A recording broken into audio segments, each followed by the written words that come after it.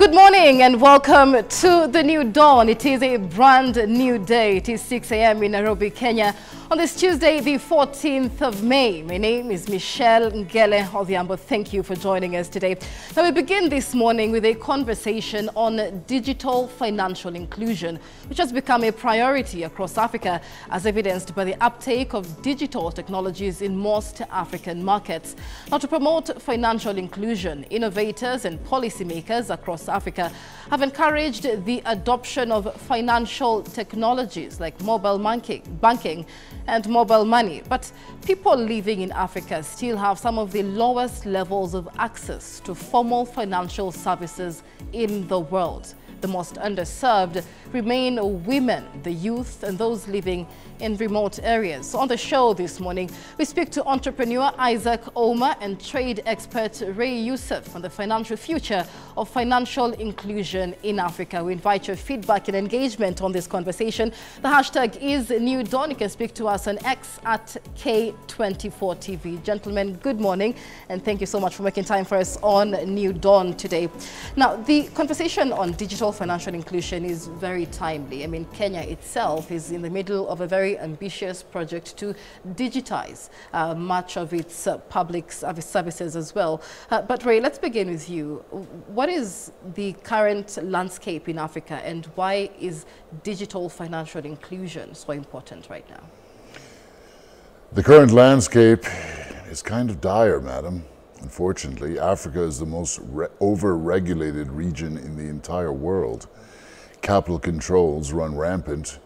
Hyperinflation is all over the place. Nigeria, you have 5% inflation a day. So the African people, even if they have a bank account in their country, they remain unbanked in the rest of the world, even to the country next door. And it's not just the banking system is afflicted with this, it's even the mobile money networks. An M-Pesa user in Kenya cannot send money to an M-Pesa user in Ghana. Almost inconceivable to us Americans, right? But I'm not American, I'm African. I was born in Egypt, and now I'm back, because this is where the opportunity is. With 1.4 billion people, 1 billion of them young, ambitious, and ready to work, the question then becomes, what is holding Africa back? And that's a good question. What is holding Africa back? I mean, Isaac, you are an entrepreneur in the digital space in Kenya. And so African countries have pursued independent policies to develop their own domestic payment systems, their domestic fintech sectors. But has there been efforts to integrate these payment systems across the borders to enable Africans and, you know, more youth to trade across the borders seamlessly? Actually, that's a good conversation that has already been initiated, and as you know, Michelle, we are having an ACFTA agreement that is being trying to be put in place. And for us to initiate this thing, we need to go beyond talks and take actions. And one of the issues that you're having in Africa is it's not even lack of capital as entrepreneurs, it's lack of information. Right.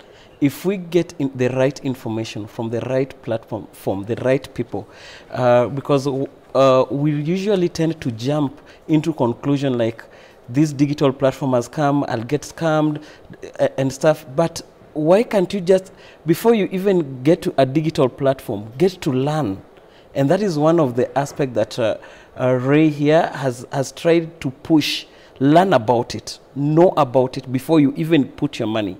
Then from there, once you have the information, now you'll know the right channel to do this thing. If we had a one currency, if you have a one currency, you can do a lot. And that is what we are trying to push. All right, and Isaac brings in an important aspect of the African Union's flagship African Continental Free Trade Area, that's the AfCFTA, which aims to promote intra-African trade. But it's almost impossible, even with financial inclusion in the independent countries, if payment across countries and across borders becomes more costly in the course of the transaction. Do we need a framework then for the integration of African national payment systems to facilitate digital financial inclusion? Absolutely we do. I believe it was your president, President Ruto, that said live on national television, where is this new financial architecture that we have been promised? In a room full of European delegates. One of them was President Macron of France, former president. And he looked at President Ruto when he said that with a smirk, like, did you really think we were serious? The truth is, the West has done everything in its power to make sure that Africans cannot trade with each other. They are doing everything in their power to prevent a pan-African currency, to prevent a pan-African renaissance, and it has been going on for quite some time. We have lost 60 African presidents, the best of us, the most progressive of us, assassinated by the West. So the question is, what do we do? And how deep is the problem? The problem is deep because all of these colonial clerks are taking orders from abroad, and the orders are simple. Do not allow Africa to industrialize, and above all, do not allow Africans to trade with each other. Pan-continental African trade. Can you guess what the percentage is? Well, here's a hint. In Europe, it's 70%. That's how much the European states trade with each other. In Asia, it's 60%. In America, it's 45%. In Latin America, it's 30%.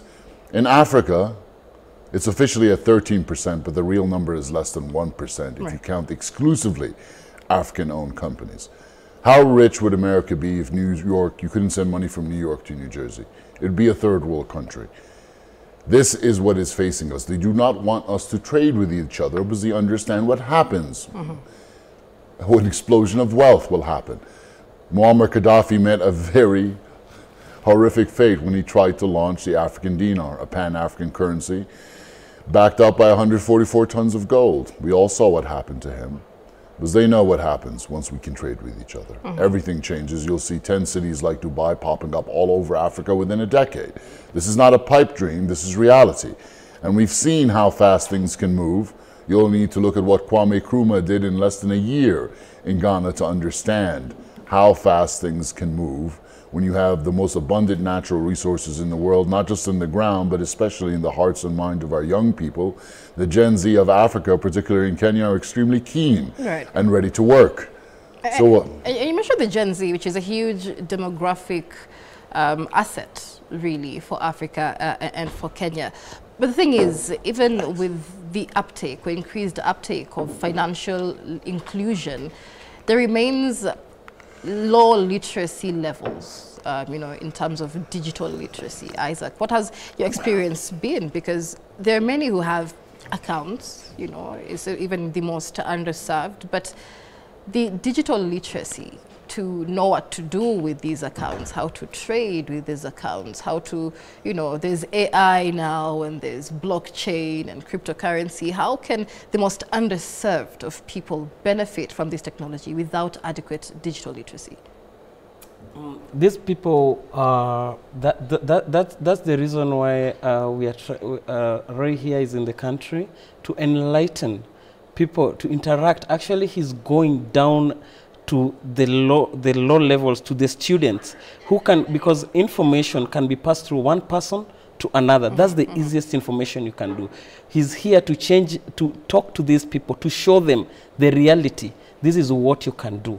So they can still benefit, because when you get this information, tell the other person, we are in a win-win society. You can't trade alone. If your friend, I can't have the M-Pesa alone on my phone, and I expect to send you money when you don't have it. I have to show you this is the M-Pesa. So the digital literacy depends on us. Let us make it viral on every platform, on every society. Let's guide our youth. All right. You know, when you talk about how much countries have moved, African countries, in terms of putting in place policy to support digital inclusion. You look at examples like the Central African Republic, which has very limited, you know, digital and financial systems, but is it a very, very ambitious project now to sort of develop its own national cryptocurrency. But it's a project that has received a lot of resistance from, you know, big regional banking regulatory authorities, because it poses a huge competition to the traditional banking system. How are Africans to surpass this challenge, the competition aspect? As you've already started, Gen Z, particularly the Gen Z here in Kenya, are the leaders in peer-to-peer finance. They use cryptocurrency not as a gamble or a speculative asset class, but rather as a means of exchange. Every single day on my platform, $3.5 million in volume moves, just in Kenya alone, and we just started. The room to grow is absolutely exceptional. When you consider a country like Nigeria, which is about 5 times bigger than Kenya, it does about 60 billion in trade volume in crypto every year, but the peer-to-peer volume that happens on WhatsApp and Telegram is 10 times more than that. That's $500 billion in volume. Peer-to-peer volume is very important because it shows us the potential of an economy. This is money that was not moving around, it was trapped. And now it can move around. This is beautiful. And we don't have to wait for permission from some old men somewhere, but that permission will never come. If it hasn't come in the past 60 years, it won't come now. But the good news is we don't have to wait for any permission. That's the beautiful thing about cryptocurrency as a means of exchange. It's borderless and it's permissionless, and our youth have already begun doing it, and they're extremely good at it. So what is the challenge then? What is the challenge in integrating payment systems across the African continent? It's pretty easy. Number one, don't get in their way. Don't let over-regulation creep in here. If you're going to regulate, do it so in an innovation-friendly way. And I believe that Kenya can do the job there right, but it's very important to let them continue. This is good, clean money. This is not money laundering. This is not anything illegal. This is as simple as a Kenyan merchant wanting to buy some sneakers from China. How's he going to pay for those sneakers when he can't use his bank account to send money to China? It's simple. Those Chinese factories accept cryptocurrency. All he has to do is acquire it. Are we going to say that this man trying to buy sneakers to keep his business going is doing something wrong? Are we going to say that these peer-to-peer traders, these young people, are doing something wrong by providing him that access to cryptocurrency? Absolutely not. They are creating a circular economy right under the noses of everyone, and they're not waiting for permission. This is beautiful. Right. It brings me back to the question of digital literacy, because inclusivity is at the heart of this conversation. And so for those less familiar with digital technology, for those in, rural Kenya, rural Nigeria, and, the underserved, the underbanked, and the majority and then women and youth, how do we ensure that the world moves with them, that we're moving as an inclusive society? It's simple. We're talking about money, right? So the judge of any success of society is what we do for the most vulnerable member of society, right? That single mother that no one's watching out for. We will eventually get to her, but in the beginning, you focus on those that are already moving. There's an extremely high educated class here in Kenya of Gen Zers who have already started doing this. We just let them keep going. They will spread this circular economy around. It will grow organically as long as nothing gets in its way. The Kenyan Gen Zers are extremely well educated. They've taught themselves how to do this just from watching YouTube videos. That's priceless. All we have to do is let them continue, and everyone else will figure it out. Consider that Kenya leads mobile money adoption. Everyone can send money on their phones as easy as sending an SMS message. And cryptocurrency is really just as easy. It's as easy as sending money as sending an email. So they'll figure it out. The Kenyans have absolutely every ability to get this. All we have to do is not get in their way. Right. I think, Isaac, one of the concerns that people have, and someone mentions it on X here, is that, people are more used to knowing exactly where their money is. And, when their money takes a form, they don't know, and it's across the borders, and there's no accountability, then there's a lot more potential or risk of losing your money. Now, digital technology has created a lot of avenues for criminality. There's been an increase in fraud. Reports show that Africa loses about $4 billion a year, actually, to cybercrime. And these are crimes that, or attacks rather, that target businesses, the everyday businesses like you and me. What are some of the concerns you have as a business person in terms of embracing digital technology when it comes to cybercrime? When it comes to cybercrime, I think, first of all, security begins with yourself. You have to know who you are trading with. You have to know how you're trading, because you can't. Actually, the platform that Ray is advocating for, mostly it's for exchange. You can exchange your money there. You can use it as a medium for that time, you know. So don't put your money there that it is waiting to be done for something. You can exchange it to use it as a medium, just the way we use M-Pesa. M-Pesa is not a storage facility, but to move money. Yeah. All right. I mean, I think people store money on M-Pesa, right? What do you think about the concerns around security and trust of digital financial systems altogether? Just the other day, Kenya suffered a cyber attack that crippled the e-citizen platform, which is crucial to delivery of public services now in the wake of this digitization process. And so a lot of services were hampered, a lot of businesses could not work, and it's a huge risk for any business person. How can people adopt digital technology, digital financial technology, while still protect themselves? Let's put things in perspective first. The amount of money lost through fraud or cybercrime is absolutely nothing compared to the amount of money that is stolen from Africa by the West, and the amount of money we lose through the lack of opportunity to be able to trade with each other.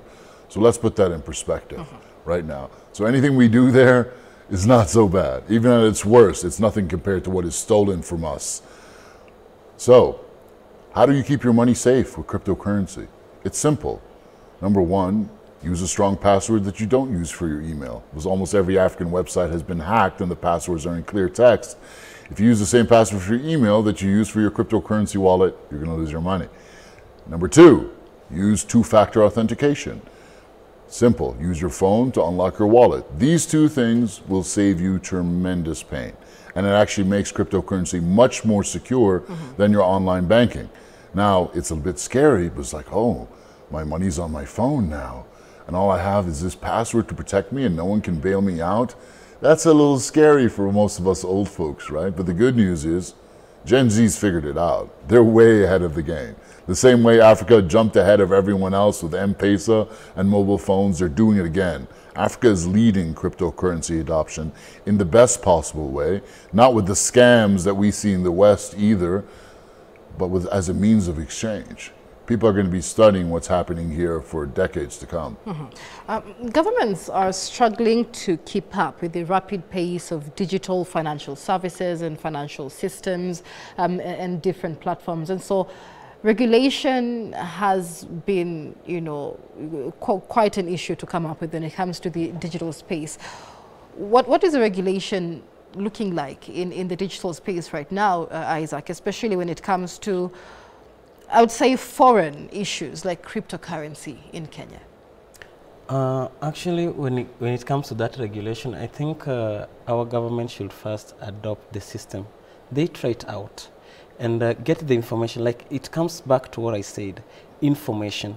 If we relay out there the correct information, we will tend to adapt this system very clearly. It will be easy for us because now the government is going to educate, and the government should partner with innovators like Ray. They should partner with innovation in this field to get to understand exactly what is happening in this space, and then give the youth a chance. You know, you don't take, the moment you start fighting them, you will not understand them.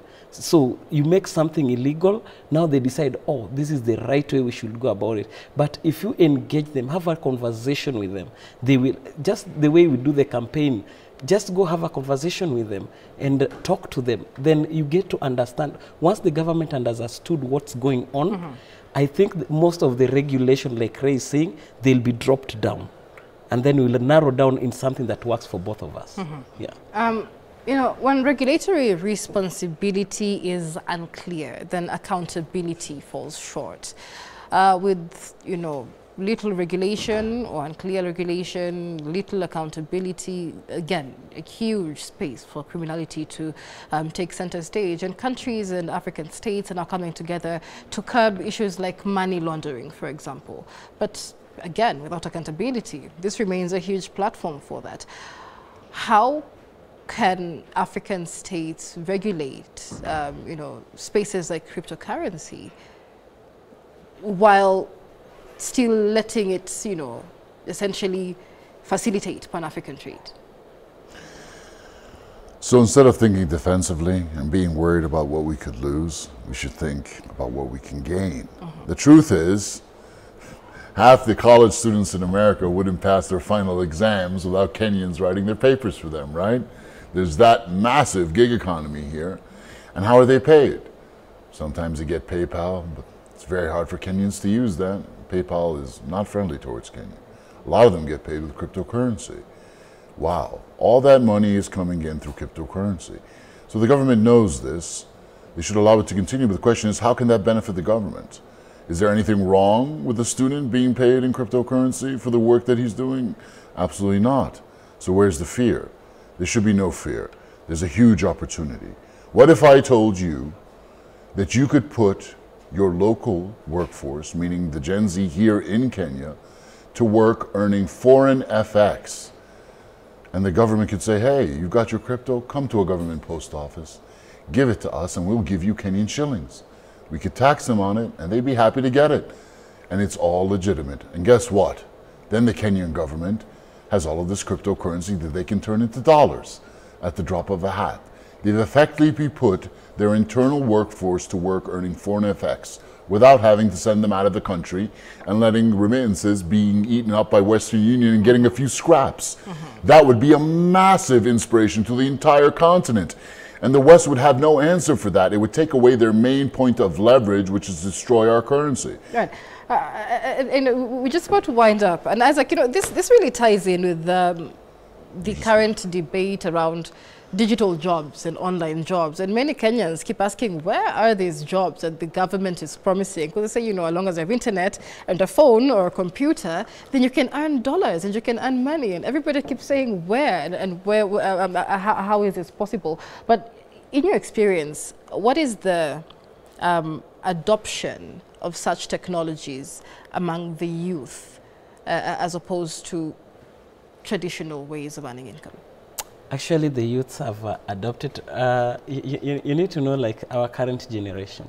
Actually, I usually say that the millennials are this group that broke the wealthy and the poor code without grabbing lands. Right now, you can when you are growing up, you could see somebody owning a Mercedes had to be somebody who has worked for the government, retired. Nowadays, the young people are the ones owning the Beamers, the Mercedes out there. Reason being that these people have embraced, have gone back to the roots, like they've known, like this is what we need to do. So now, what we need to do, let's feed them with the information. The jobs are there. And when you're trading with in crypto, actually, you're not, right now, if you want to send money to China, it will take you 4 days using the bank, yeah? The traditional way. It will take you to 4 days. What if I tell you I can send money to China right here, my supplier gets it, and still as I'm sending him money in Bitcoin, I'm still earning. All right. It's an interesting conversation on financial inclusion. And of course, a lot of digital literacy still needs to be done, especially to ensure that we're having these conversations at the grassroots level with the most underserved. But we are out of time, gentlemen. Ray, will give you the final comment. What is the future looking like for you when it comes to the AU's flagship project, the African Continental Free Trade Area? Should African continents integrate their payment systems and allow seamless cross-border trade? Absolutely. They definitely should. Nothing would add more value and wealth to Africa. Isaac is right. But the truth is, if you're going to wait for the government to create these jobs, you're going to be waiting a long time. In fact, you might not make it. But we can create these jobs ourselves, and it's already happening. If you're running a business here in Kenya, what if I came to you and said, hey, would you like to 10x your revenue? That would be nice, right? Every business person wants to make 10 times more revenue, and they absolutely can, if they can do business with the rest of Africa. And it seamlessly accept payments with all the neighboring countries. In fact, all 54 countries in Africa can be their clients. That's what peer-to-peer allows us to do. Cryptocurrency is just a tool to do that. And Gen Z is already creating these jobs. All we have to do is not get in their way. All right, thank you so much, gentlemen, for this conversation. A lot more definitely needed. I'd like to hear your thoughts as well on this conversation, and especially what you think as a youth, as a business person, as an SME, on the uptake of digital financial services like cryptocurrency. We've been speaking to great gentleman here, Ray Youssef, who is a trade expert, as well as Isaac, who is an entrepreneur in the digital entrepreneurship space. Gentlemen, thank you so much for being with us this morning. Let's take a break here on The New Dawn. When we come back, a look at us making headlines on the dailies at the top of the hour. Let's have a conversation on that drama surrounding the impeachment motion of Agriculture Cabinet Secretary Mithika Linturi and his eventual absolvement, so to speak, by the National Assembly on that fake fertilizer scandal. That's coming up at the top of the hour. Just stay with us.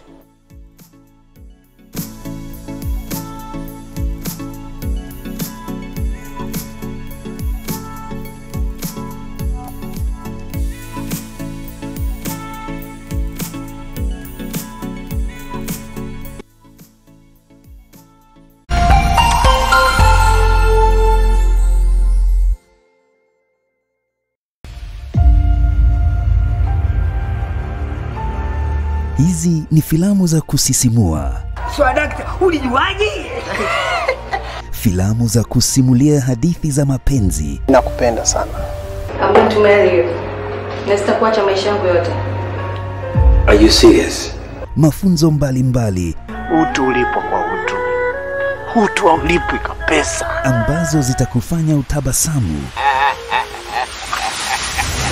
Udondokwe na machozi. Mama, mimi nimeamini wewe unipendi mama. Sasa kwa nini? Una watoto wawili lakini mama wewe unipendi. Au ujifunze mawili matatu. Tunagombania nini? Ukiona roho mbaya ufanikiwi, wangapi tumeona sisi? Usikose kutazama Bongo Movies. Ukiendelea na tabia yako hii, mimi naondoka. Tena nakuacha peupe mchana jua la utosi. Kila siku ya Jumatatu hadi Alhamisi kuanzia saa 8 kamili mchana kwenye runinga uipendayo ya K24.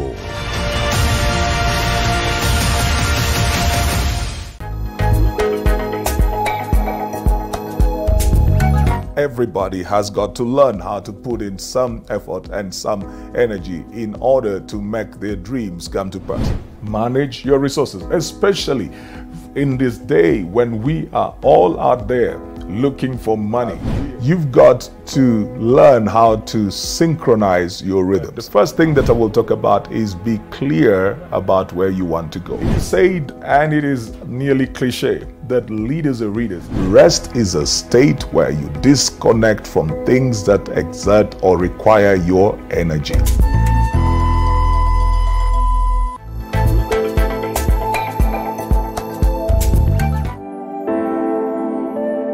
Agriculture is the engine of economic growth in Kenya. It is the largest contributor to Kenya's GDP. Farming, if well practiced, is a profitable venture. Kilimo na Biashara is a show that seeks to help Kenyan farmers adopt modern farming practices to grow their agribusiness. Join Linda Koskei every Sunday at 1:30 p.m. and 6:30 p.m.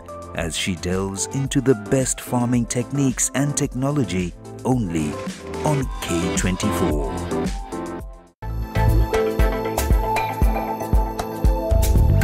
Beatbox. When it comes to playing music, we've got you covered.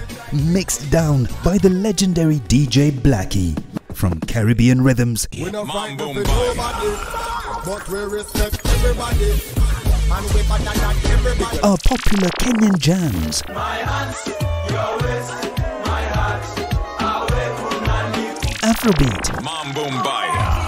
Can't seem to take my eyes off you, especially a bite and move. And all the way back to the old school and throwback jams.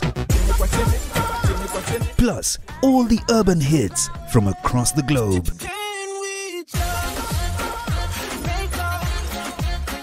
It's all here on The Beatbox, Monday to Friday from 5 p.m. to 6 p.m. only on K24.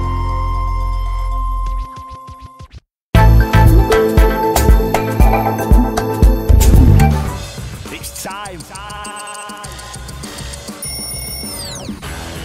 It's time to move. It's time to bounce. It's time to lead. It's time to shout. Time for new dreams. Time for new drip. Time for new scenes. Time to tear up the script. So bring the noise. Bring the fire. We're flying high. Time to get higher. It's game time. It's our time. Alexander-Arnold! It's go time. Holland! It's showtime. Showtime. Premier League, the opening week. Let's go.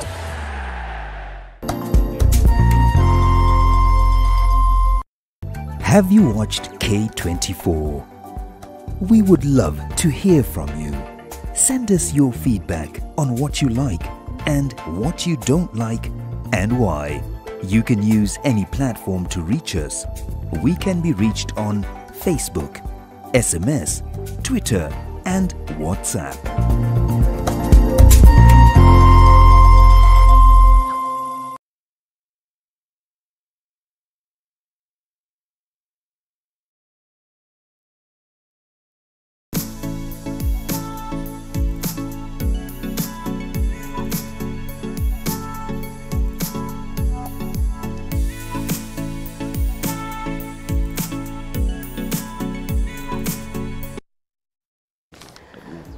Good morning and welcome back to New Dawn. We're taking a look at what's making headlines on the dailies on this Tuesday, the 14th of May. And I begin with the front page of the People Daily, as usual. And on the front page there, it says House for Hire.